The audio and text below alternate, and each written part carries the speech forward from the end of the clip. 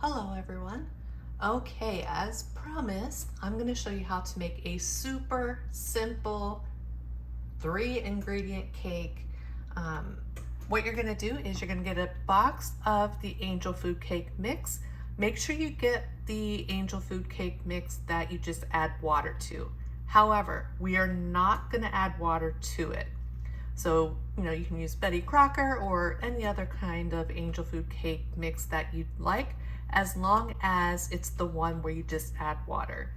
We are going to be using 1 teaspoon of pure vanilla extract and then a 20-ounce can of crushed pineapples. Make sure you get the crushed pineapples that are in pineapple juice, not in syrup.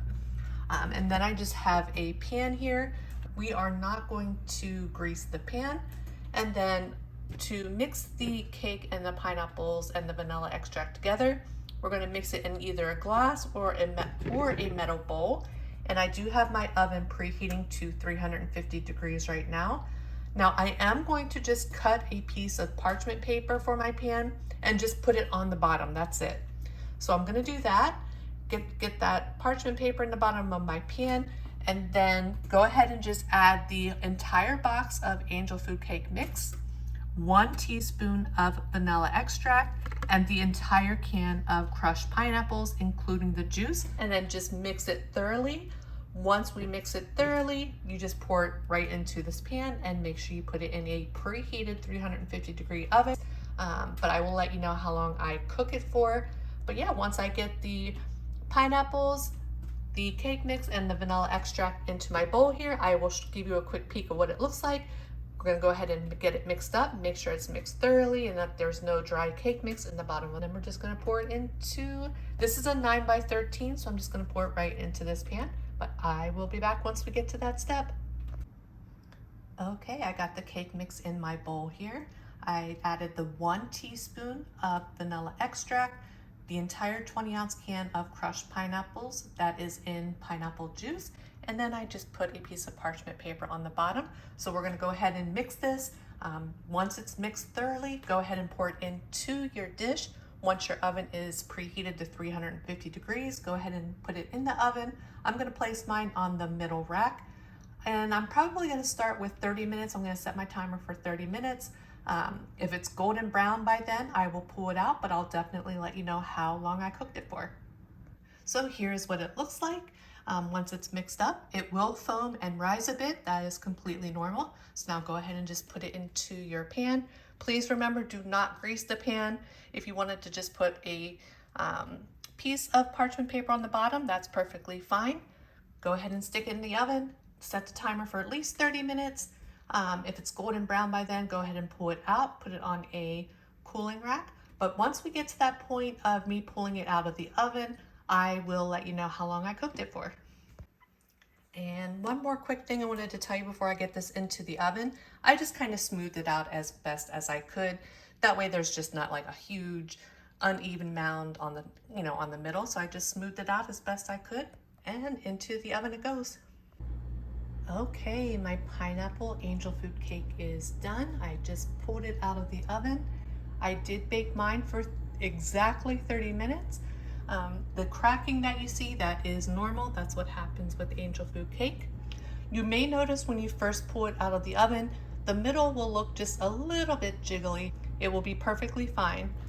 So now what we're gonna do is we're just gonna let it cool on a baking rack or a cooling rack. Now you will notice it may come down a bit, from the time you pull it out of the oven until the time it cools. You will notice it will deflate a little bit, but yeah, we're gonna leave it cool 1 to 2 hours. I'm gonna leave it cool for 2 hours. I would not even try to go around the edges until it's completely cool. But when you do go to cut it, make sure you use a serrated knife for angel food cakes. So once it is completely cooled down, I will be back and we will give it a taste. Oh, and another thing. So if you wanted, you can put some Cool Whip on top. However, I recommend just putting the Cool Whip on top of like each slice that you cut for yourself, because if you put Cool Whip on top of this, you'll have to store it in the refrigerator and then it will become soggy. So if you don't add any Cool Whip on it and just do it, you know, per each slice, you can just let the cake, it can sit out on a counter and things like that. Just, I would cover it, but so yeah, you can definitely do that. Add some Cool Whip on it if you wanted. If you could also add, if you wanted to add, I don't want Cool Whip on mine.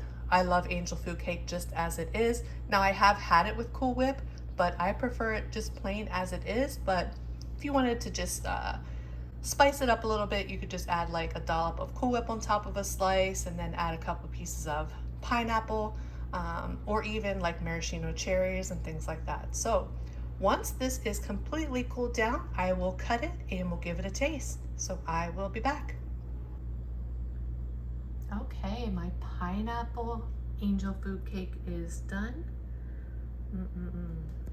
That looks so good.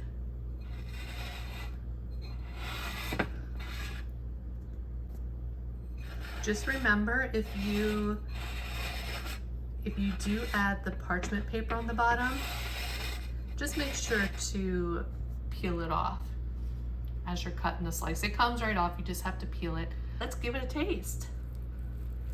You can see the pieces of pineapple in there.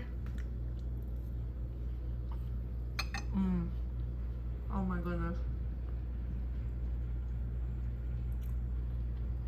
That is delicious. And I eat angel food cake just plain, so I can definitely eat this with just the pineapple in there. Delicious. I hope you all enjoyed this video. I hope you all have a great day, and I will see you on the next one. Bye everyone.